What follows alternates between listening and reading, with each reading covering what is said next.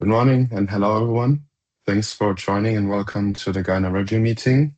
Today it is about the release 1.144 and we have a packed agenda, I would say.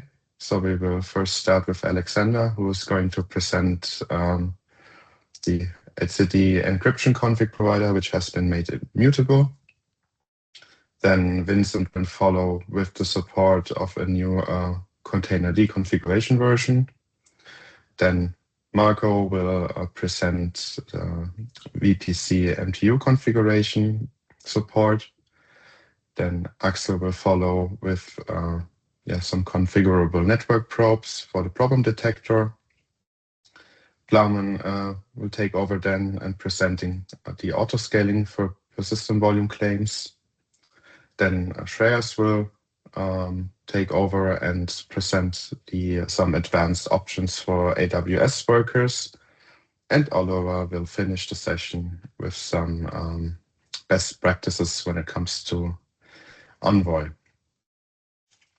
Okay, without further ado, Alexander, please go ahead. Okay, hello, let me just share my screen.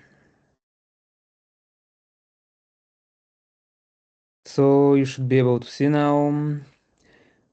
Okay, so with the latest Gartner release, now you can change your encryption provider type for your shoots and Garden resource.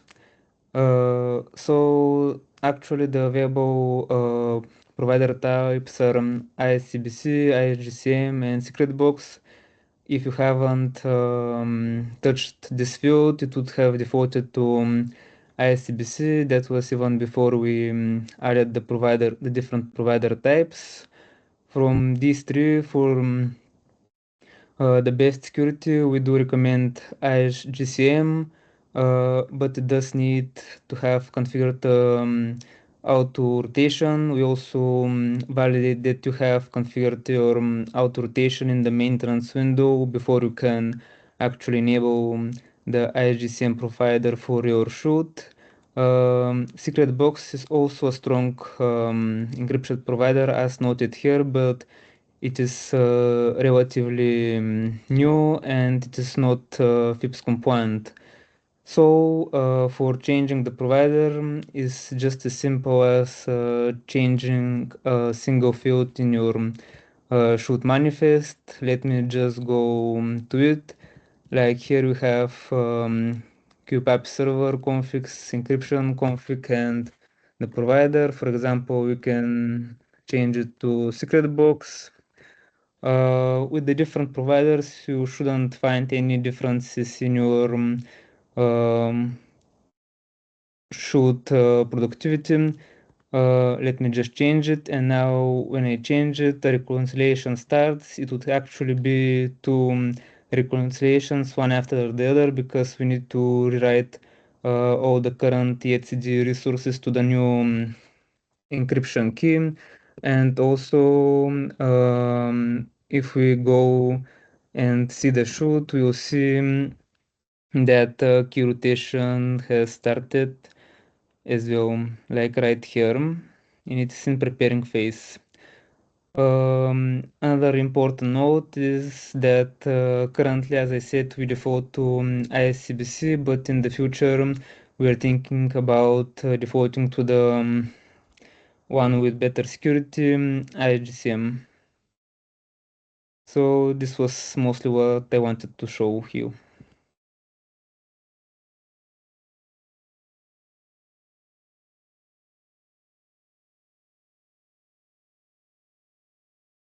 Thank you very much. Are there any questions, Alexander?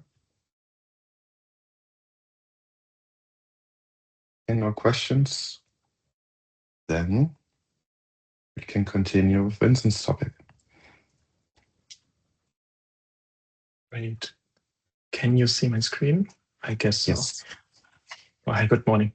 I'm presenting the change that adds support for containerd 2.3. But first, I want to give a little bit of context why we have this dependency. The Gartner node agent configures during the bootstrap configurations in the containerd config. We base this off the default configuration that it's output by the command line. And to do that, so that the Gardener node agent can actually change the configuration, it needs to know some paths. And with the version 2.3, the configuration file format changed. And this PR is possible because we have this one since a year now, where we dynamically look up the version inside the configuration. And then based on the version, we decide, we know what to look for in the configuration. I think it's also worth noting that containerd has now 2.3 as long-term support, and versions that you may see in the field, like 2.1 or 2.2, will be end of life this year. With that, I'm jumping right into a little demo where I have a local setup. On the left side, we see a shoot worker node. Right, we have the virtual garden and we have a shoot cluster. I want to simply prove that Gardener is now able to handle this.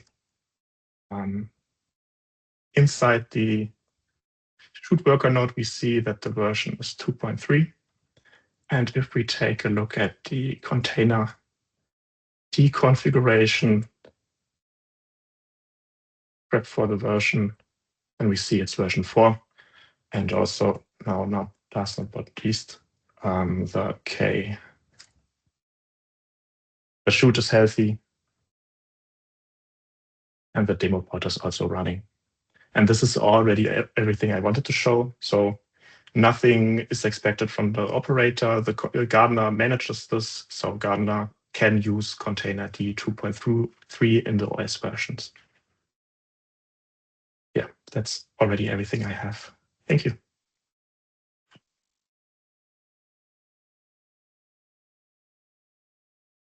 Thank you very much, Vincent.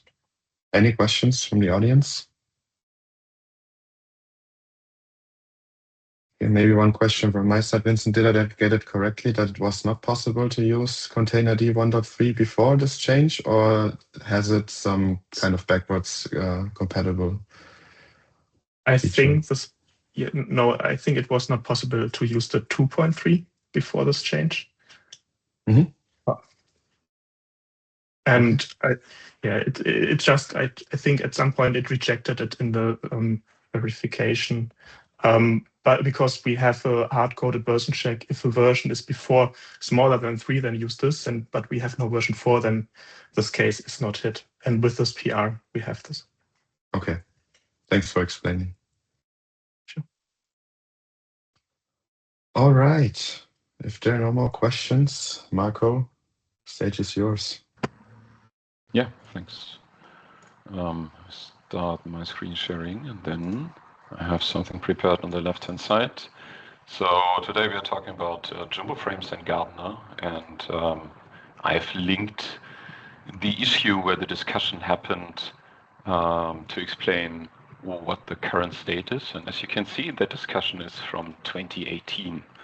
So quite a while ago, we in the end settled on the common lowest denominator for setting the MTU for the infrastructure providers. And recently we began to revise that decision, triggered by more and more AI workload requesting higher throughput, and also like other folks asking about it.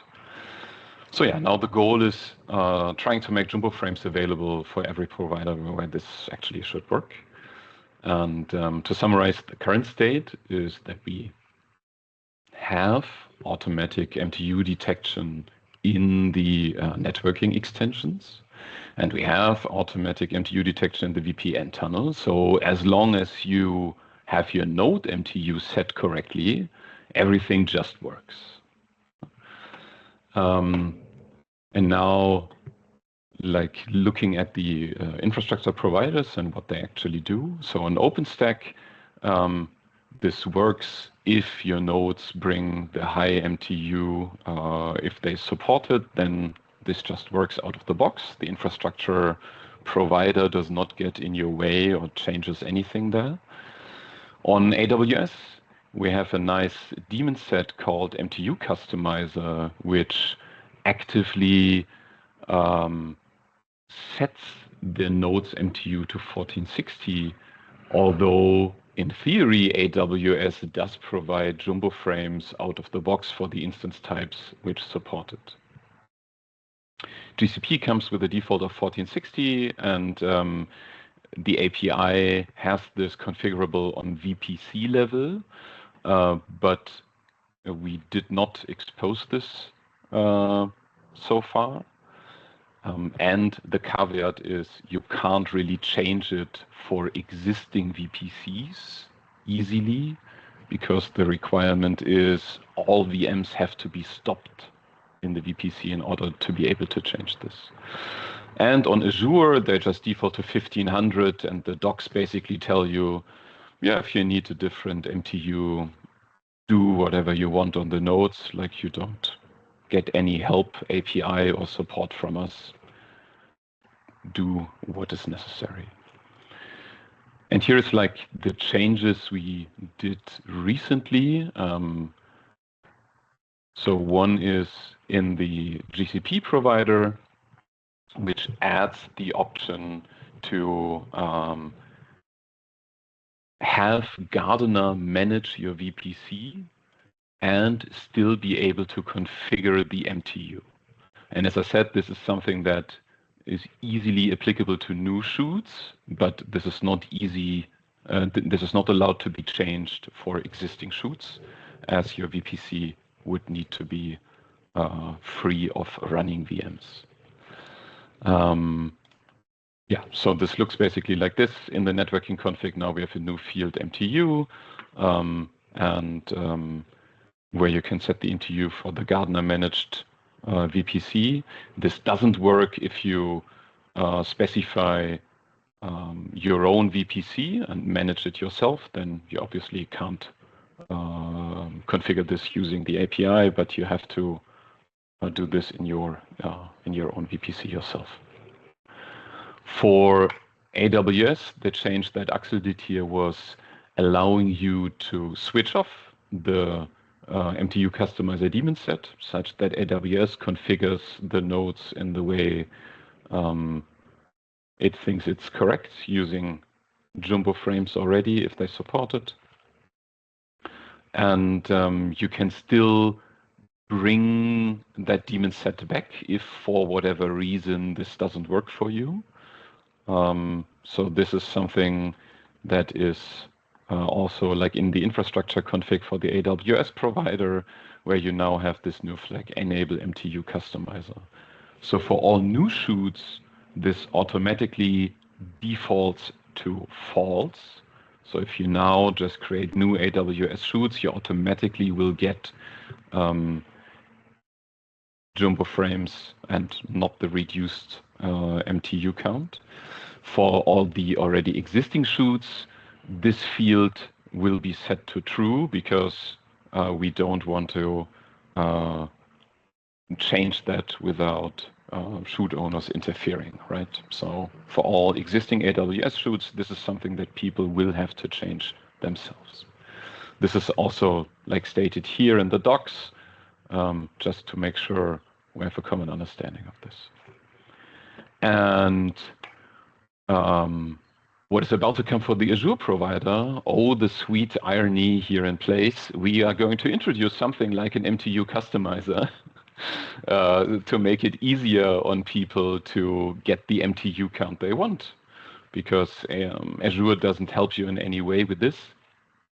And currently the workaround is deploying your own daemon set and messing around with Gardener internals potentially, because you might have to restart network interfaces or whatever, or you have to fight against Gardener node agent or like cloud config, reconfiguring these things, whatever. So it's better that actually Gardener owns this. And yeah, this will also come at some point in time. So we actually have yeah, like some way to set this for all the different infrastructures. Yeah. I think that's it. Any questions?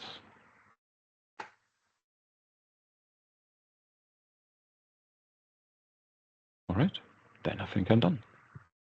Thanks. Thank you, Marco. There are no more questions. Axel can continue with the configurable network probes.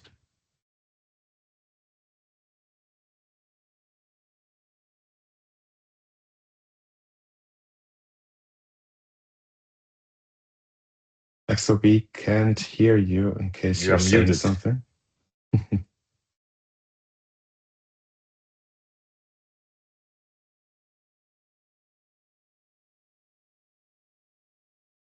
There it is. Sorry. So, No hello. problem. Yeah. This is about this PR about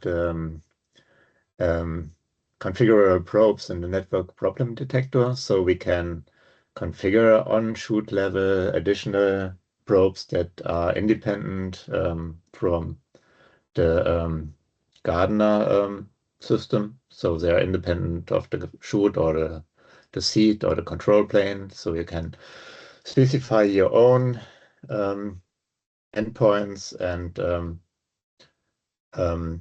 probe them automatically. So this is useful if you want to show or prove that egress network from the shoot is working or is broken. I can show you the configuration.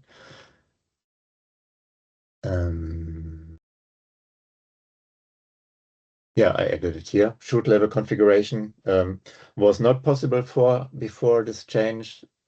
Since we can now configure something on shoot level, I also added an admission controller to validate those configurations. And what you can do, you can add a list of additional probes. It's actually a list. You have a job ID, that's just a name. You can specify a protocol like TCP. You can specify a host name or an IP address.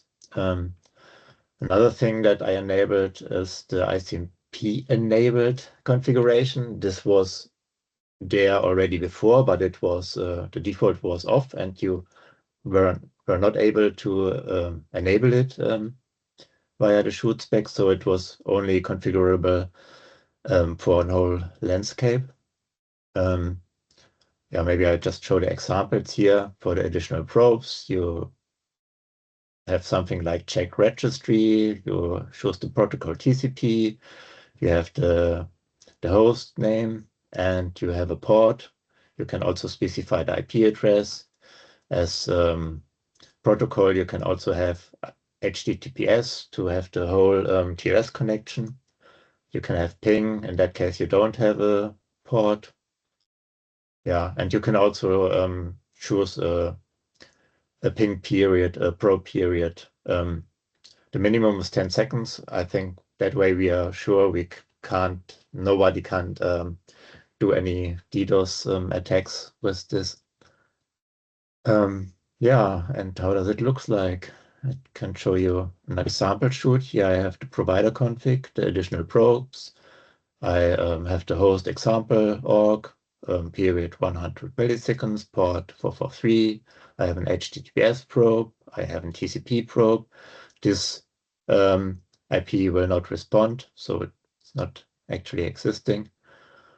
And in the network problem detector, it looks like this.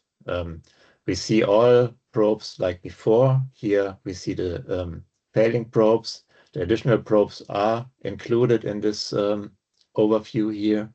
We can see the failures. We can see that the ICMP ping example is failing. That's to this IP address that's not responding. For the destination, you can see the IP address. We also added latencies for the additional probes. So in this here we show them all in one pane.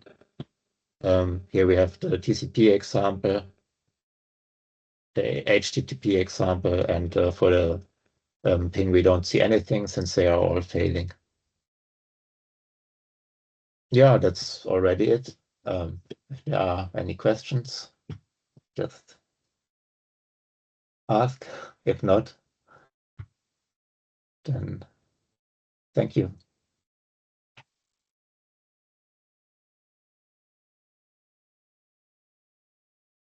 Thank you, Axel. No questions from the audience? Okay. Good. Then, Plamen, please continue with gap 38.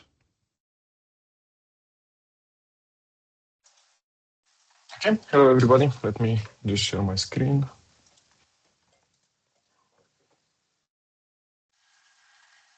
Okay, so I guess everybody can see it. So yeah, I will start off with a very quick summary for the gap. Basically, the idea of gap 38 is to autoscale persistent volume claims. So initially in our own cluster, so the Garden runtime cluster, seed clusters, and so on. And then eventually also continue this effort and try to offer this for shoot users. But yeah, this will be probably followed up with a different gap. So anyway, as you know, we currently have Prometheus, Valley, and Victoria logs deployed in various configurations in our clusters. And we've had issues where for Valley, for instance, or for Prometheus, for large seed clusters, especially in the Garden namespace, we cannot hold enough logs for our users. So we can only persist them for 14 days in the past, or sometimes even less, which makes root cause analysis and other debugging activities pretty hard. And then there's also the other case where we have a lot of new clusters that are only temporarily used or not so much, that also have the same storage size for Valley and Prometheus, so we're basically wasting resources because those gigabytes are never used in our monitoring components. So as part of the gap, I will skip this and just go directly to the API and the initial proposal. So the idea was to extend the already existing PVC autoscaler controller by modifying the CRD that it offers to make it look like this. So this is basically a persistent volume claim autoscaler. The goal was to keep it similar to VPA and HPA. It's basically something like a mix of them.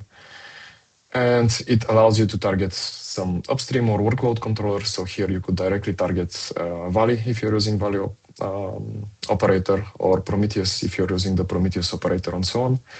So the only condition here is that this workload controller or this resource supports the scales of resource for Kubernetes.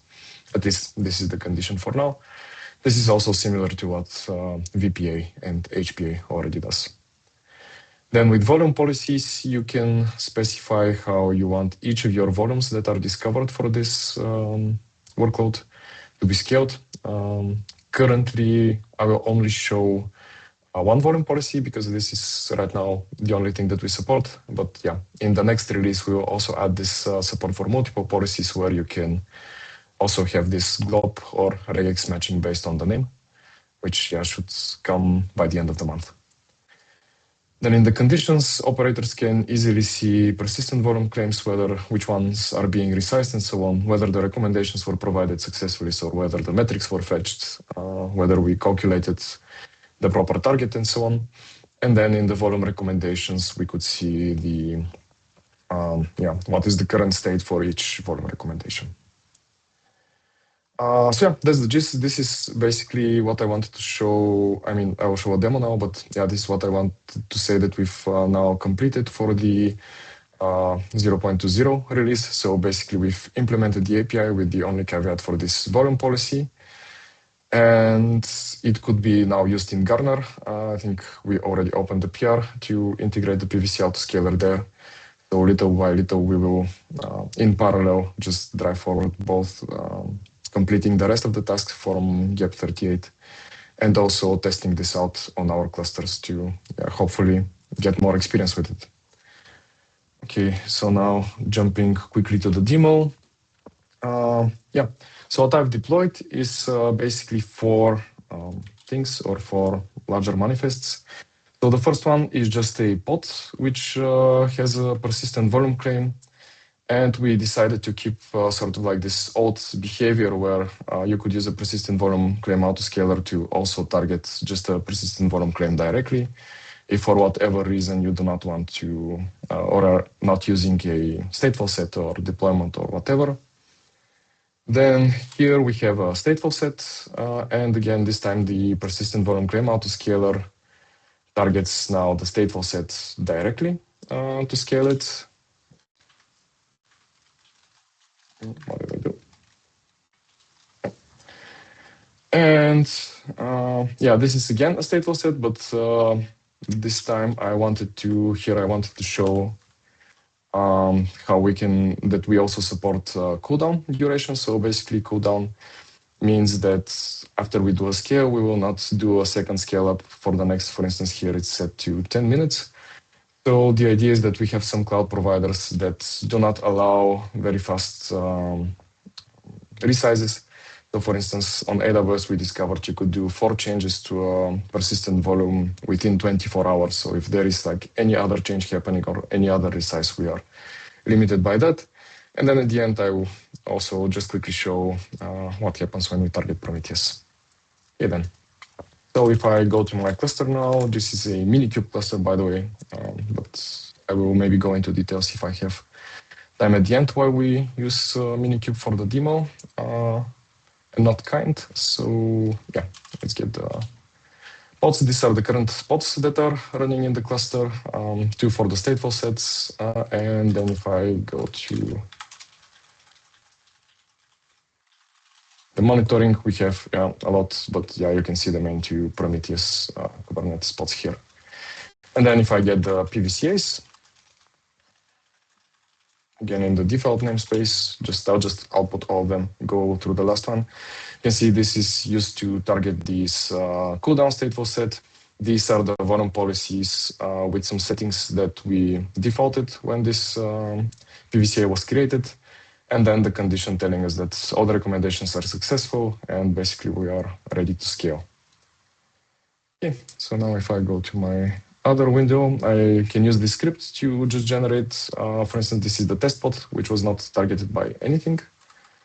I mean, not targeted by anything, but PVCA that just directly targets the persistent volume claim. So, what did I do here?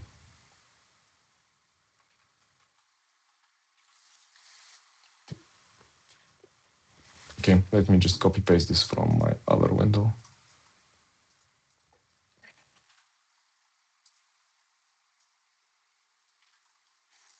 Or maybe it's because, yeah, I'll just go to my root folder.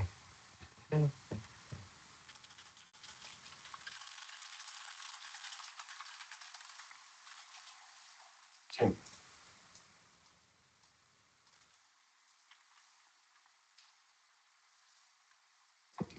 I think I created too many files now though, because yeah, it's 10 files, so this will be a rather large pod. So we might actually get scaling twice for this pod, but yeah, let's see now the PVCA for it, which was this one.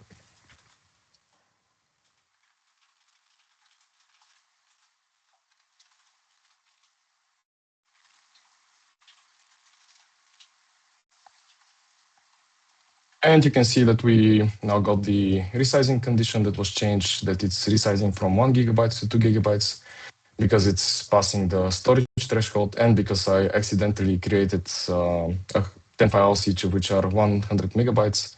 The used space percentage is now 100 instead of just 80, but yeah, just part of the demo. And we will check this one a bit later. Meanwhile, let me go back to my other script here and actually do the same thing with going to the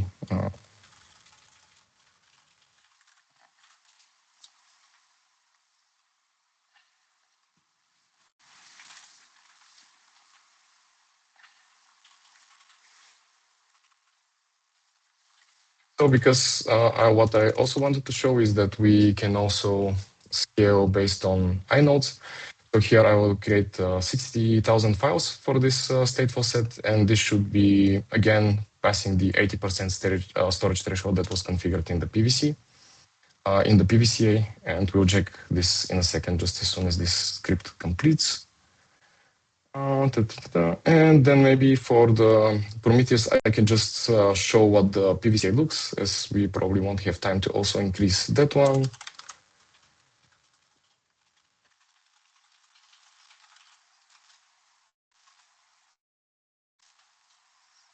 And let me just increase this.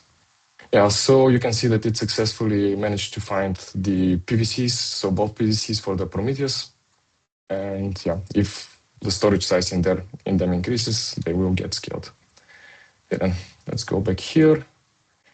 And yeah, you can see here that we have actually now scaled this one. So when the scaling is complete, the resizing condition disappears because we no longer need it.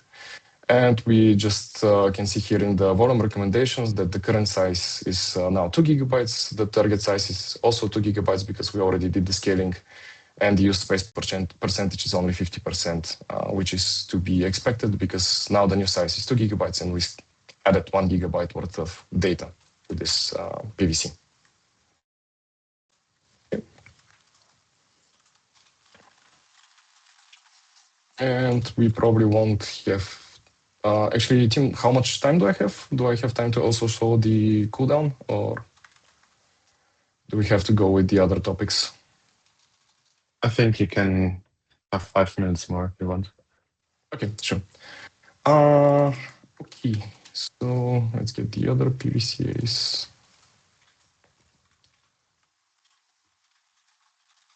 Oops. Yep, so here we have the same thing. We are now scaling this stateful set. Right now, for instance, you can see here that in the conditions, we also specify whether we are scaling because of inodes or because of the data size. So yeah, we are scaling now to 2 gigabytes because the inodes threshold passed. And this can also be seen here in the volume recommendations where the target is 2 gigabytes, whereas the current is still 1 gigabyte with the use node percent being nearly 92%. And yeah, I can leave this for now. Yeah, also one important thing to note that because we fetch metrics from Prometheus, so yeah, this was present even in the auth controller. There's this additional security check, no, not security, but yeah, reconciliation or resize check.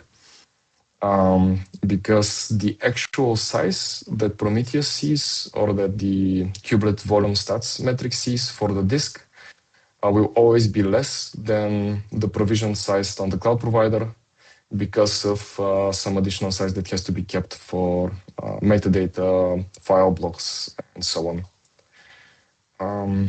Yeah.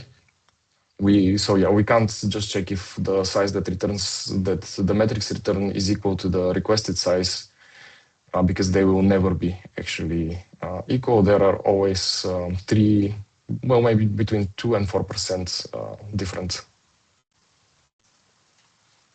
Okay, and now for the cooldown, I will do the same thing. So I will go back to my root folder. My config, okay, and then just consume some space on it.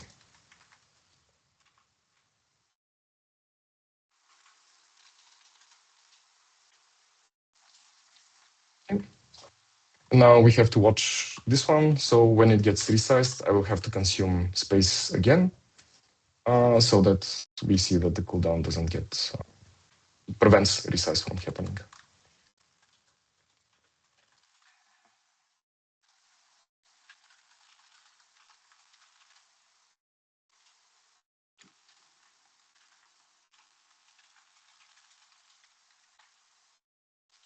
Yeah, it takes some time for Prometheus to first fetch the metrics from the kubelet, and then also some time until we notice the metrics from Prometheus. So there is a lag, which could be around 2 minutes because yeah, Prometheus scrape interval is configured to be 1 minute. And then our reconciliation for the PVCAs also happens once per minute. Okay, here, meanwhile, we can see that the ones that we scaled due to inodes, yeah, the resize has already completed. And the new inode usage percentage is 46%. So yeah, the only thing that remains is the this stateful set here.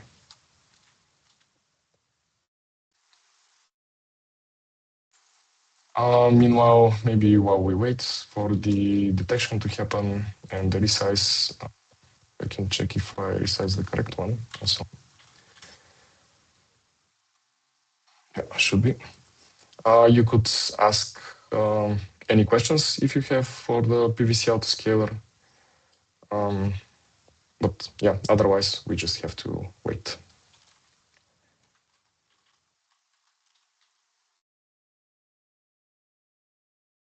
Okay, so now it's resizing it.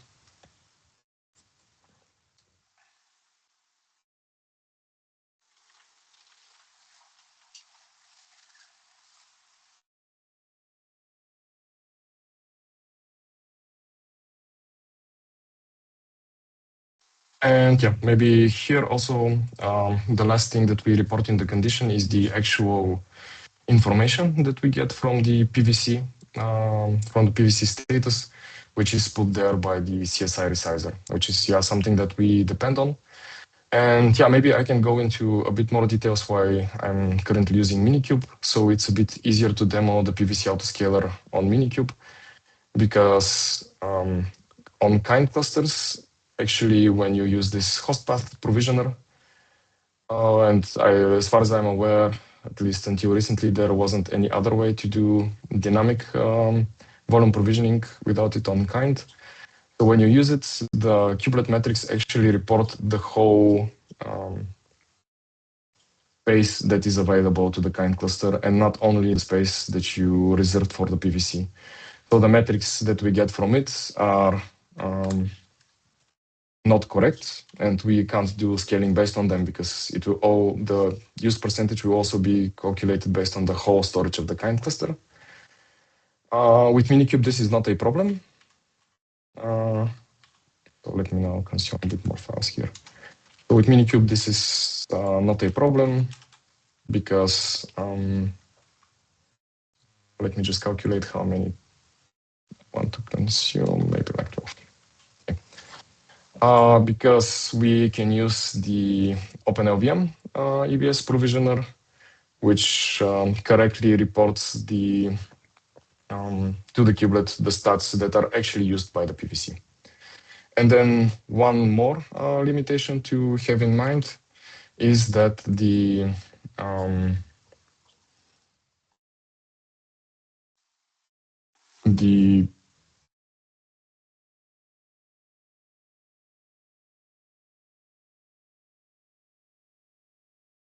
yeah, just a second. My mind blocked for a second.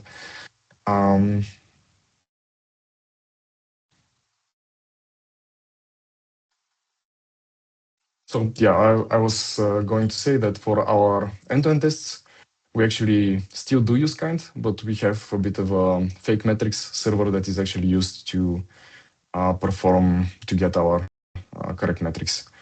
And it's a bit harder to set up now for the demo, so this is why I'm using Minikube. So yeah, you can see here that we now hit the cooldown. We add this in the condition and we say that we cannot rescale because the cooldown duration has not elapsed. Okay, and that's all for the demo.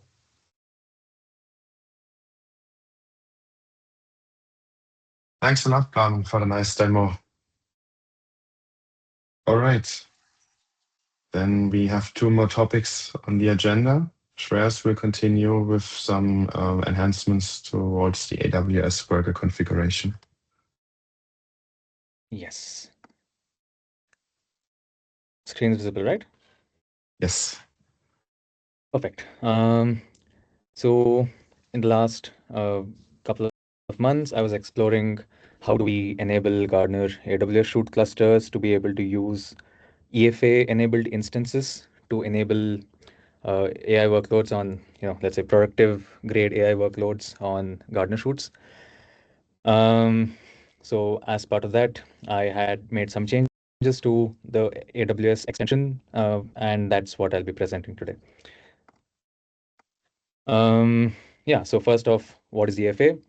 EFA is Elastic Fabric Adapter. That's the network underlay for certain AWS instance types to provide accelerated east-west traffic for inter-node GPU communication. Think of it as an alternative to the regular Elastic Network Interface, that's ENI. Combine this with NVIDIA's GPU Direct RDMA, and you have instances that can talk to each other's GPUs directly while bypassing the CPU and the host CPU and kernel, and that provides extremely fast bandwidths amongst multiple nodes that have GPUs running on them. Theoretically, P4D instances that are, let's say, A100s, they can scale up to 400 GB per second. Theoretically, we were able to get to around 340-ish. I'll talk about the later. And for larger instance types like H200s, B200s, etc., you can reach up to terabits per second. So why do we need EFA for Gardener shoots? First off, any productive AI workload that's worth its salt will need extremely fast inter-GPU communication because you no longer run inference or training workloads on one single GPU. You need multiple instances running multiple GPUs talking to each other, and you will have to optimize the communication between these. So AWS at least provides certain instance types which support EFA network interface underneath, and not just one, but even multiple interfaces. So from Gardener side, it's essential that we are able to enable the usage of these, and that's the reason for this PR in the first place. So what do we really need? Specifically, we need the ability to specify multiple network interfaces in the provider config for each worker pool, per instance. And next, we also need to be able to specify the network interface type as EFA or EFA only, because by default, it only takes ENA. Next, the concept of placement groups, though already there to a certain extent in the MCM providers, is not exposed to end users yet. And of course, when I talk about placement groups, essentially we need those because when we're trying to optimize bandwidth and latency amongst multiple nodes, we want to ensure that they are scheduled preferably to the same rack, as close to each other as possible. So now placement groups will need to become a first-class citizen of the provider config so that end users can create those and then specify those in their Gardener shoots.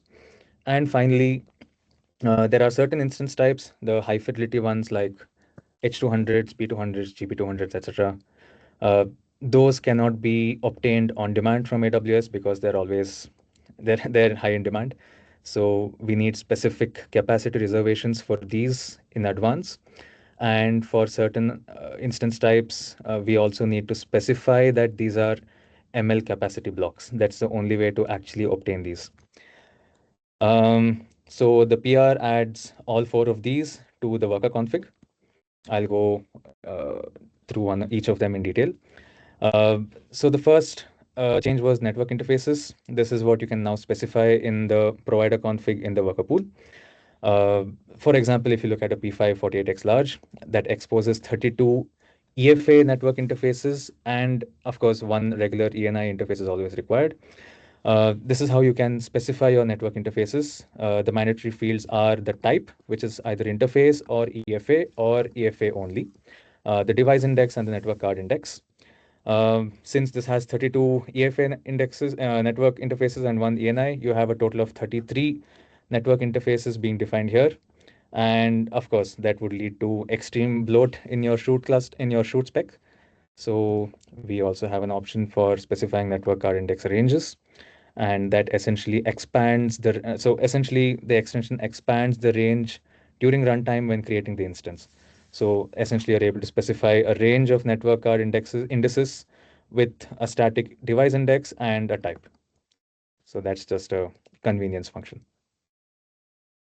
Next, as I said, placement groups now become a first-class citizen of the worker config. So now you can specify placement.groupID.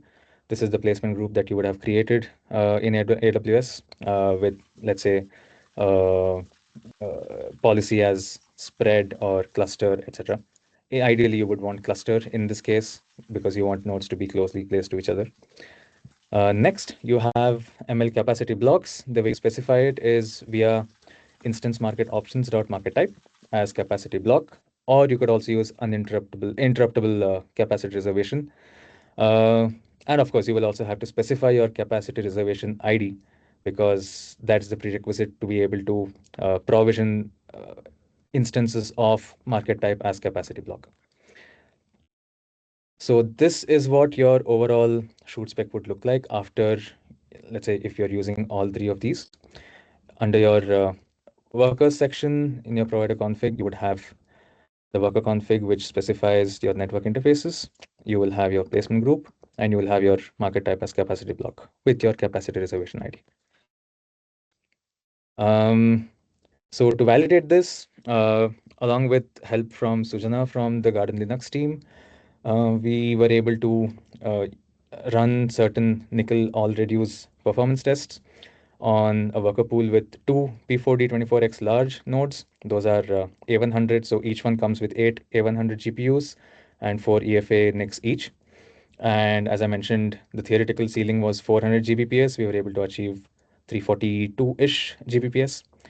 And yeah, the test results and so everything related to the test. So the way we ran the tests, the things that we had to enable, etc., all of that will be published in a doc or a blog shortly. So yeah, what's next? As an end user, if you actually want to make use of, so if you want to start running productive AI workloads, after you enabled the EFA related fields in your provider config, on your cluster, you will also have to install the AWS EFA K8s device plugin. So AWS already provides a Helm chart that's easy to use and install. That provides, so that installs as a daemon set on your EFA enabled instances and actually makes the EFA devices visible to the pods or the applications that are using them, and also exposes them as schedulable resources on your cluster. So you can actually request them through your scheduler, through your pod requests as vpc.amazonaws.com/EFA. And similarly for the GPUs as well, you will have to install NVIDIA GPU operator with the so if you're using Garden Linux OS, then you will have to use it with the Garden Linux NVIDIA installer flavor.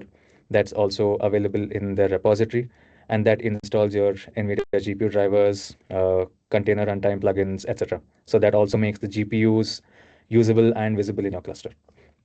So today you'll have to install both manually, but going forward, there is already work happening on dedicated extensions to install these. So you can keep a watch on the upcoming community meetings for updates on that. Yeah, that's it from my side. Any questions?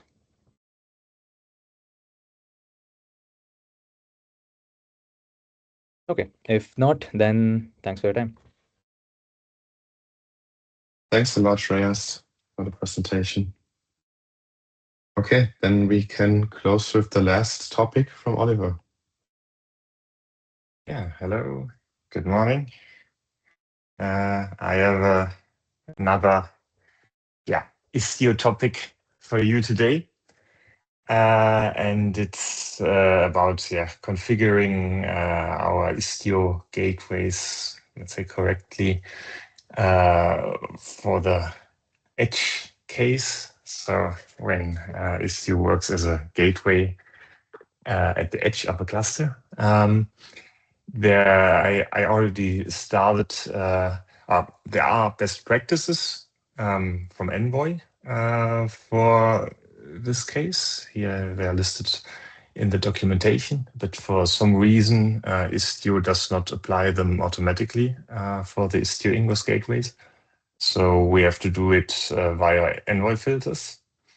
I already started this before for the downstream connection in a separate PR, which was somehow straightforward. You see at the commits and the files. And now I worked here on the upstream part.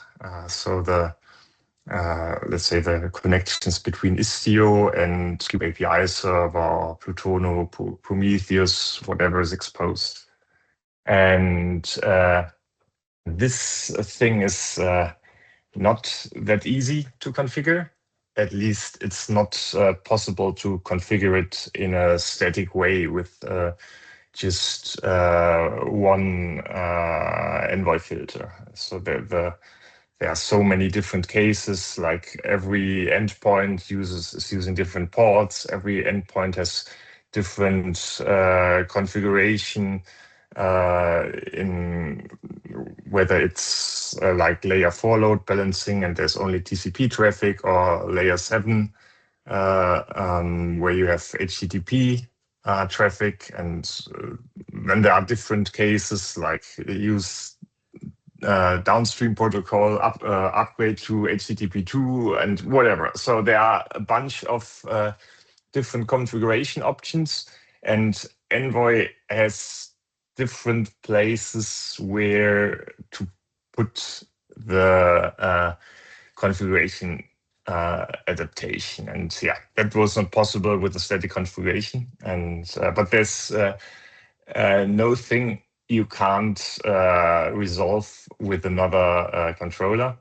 So we have now in the Gardener Resource Manager a new controller, which is called the Istio Cluster Configuration controller.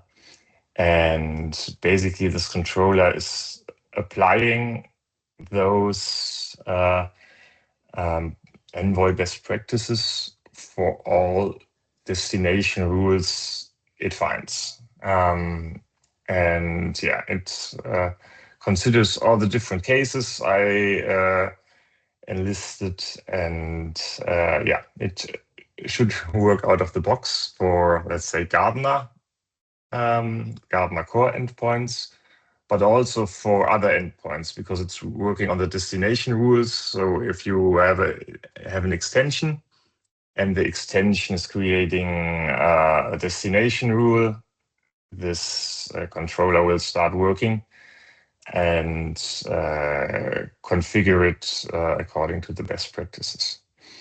Yeah, how the best practices look like is maybe easier to see in a demo. Yeah, the demo is not much. It's just showing the configuration.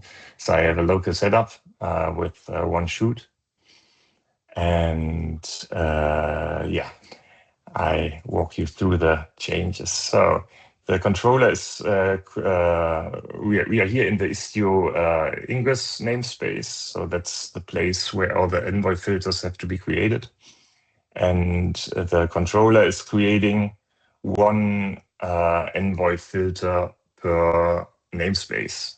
And you find them here. Like you have the namespace, and then this minus cluster configuration suffix. This is the naming pattern. So yeah, here, this is for the shoot, for example, I created. You also see cluster configuration Envoy filter for the garden namespace, for example. Okay, so let's have a look at the shoot thing. Maybe prefer the. Just for information, Oliver, sorry for interrupting. So we have 2 more minutes. Okay, yeah, it's not too much left. Okay. Okay. Yeah, when you look at the Envoy filter, you see here config patches for the clusters, and yeah, they are selected based on the destination rules. I just mentioned. And basically here, these are the settings which are applied for this particular case, which is the common case. So one thing is like the connection buffer limit, part of this best practices, and also like the HTTP2 protocol options, which configure basically this window sizes for streams and the whole connection. Yeah, and it goes through all Envoy filters. Here you see the open telemetry collector, but when you scroll down, you find the Kube API server endpoint, the Kube API server endpoints, because we have multiple of them. And finally, you will also find other endpoints like the VPN server. And here you see a difference, because the VPN seed server, it does not use HTTP.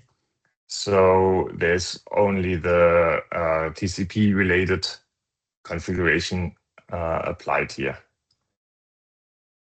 Yeah, that's basically it. As I said, it should work out of the box for every destination rule you create in the seed cluster, and also, yeah, work on different settings like H2 upgrade or whatever.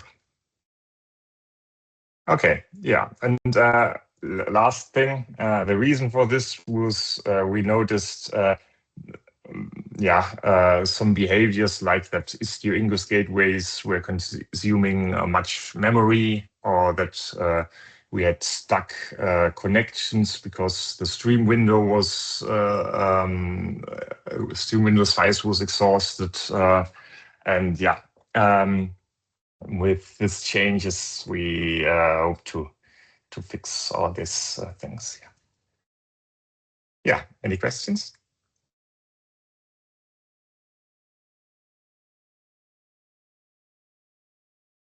Okay, thank you very much, Oliver. Then we can close right on time. So thank you again to all presenters and contributors for this release. We are welcoming you again for the next review meeting in 2 weeks. And yeah, have a good time. See you. Yeah, Bye-bye. Thank you. Bye. See you. Bye-bye. Bye. Bye.